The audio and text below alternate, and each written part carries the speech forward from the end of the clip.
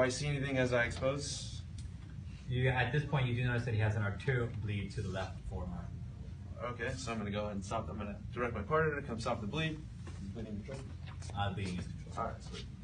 At this point, I'm going to have my partner hold C-spine since he's unresponsive.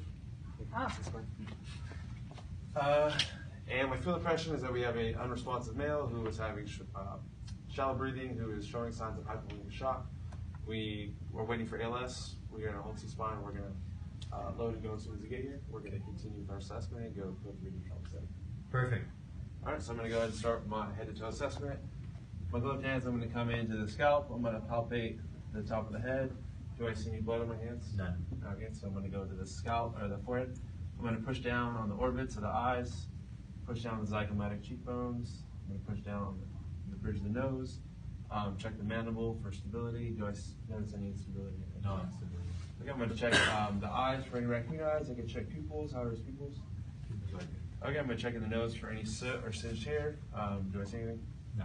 I'm going to check open the mouth and check for any oral trauma, if there's any need to suction. I'm going to check behind the ears for any vital signs. I will check the ears themselves through a heel test to see if there's any trauma. Do I see anything? You do not. Okay, so I'm going to move on down to the neck.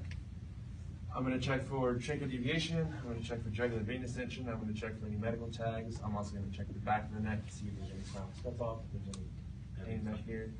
All right, at this point, I'm going to put on a C-collar. Big old neck.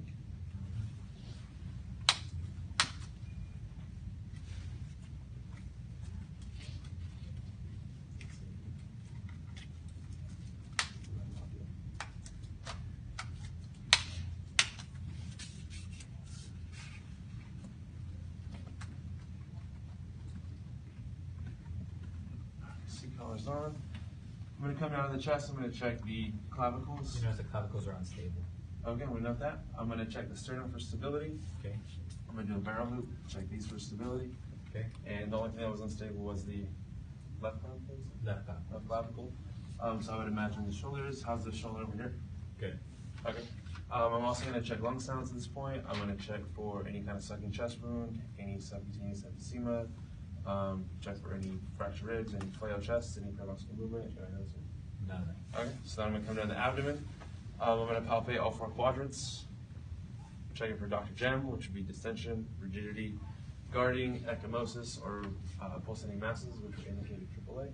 You don't see one, but what would you do if you did see one? I wouldn't touch it, and we would back them up and go. Rapid transport. I'm going to go down to the hips. I'm going to check by pushing down and in, doing a barrel hoop.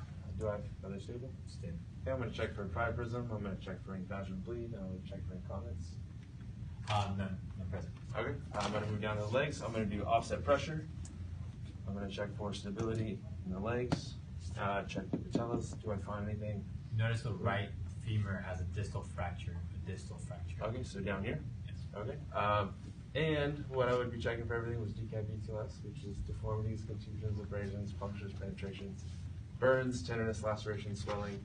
And then right now I'm checking for instability and crepitus.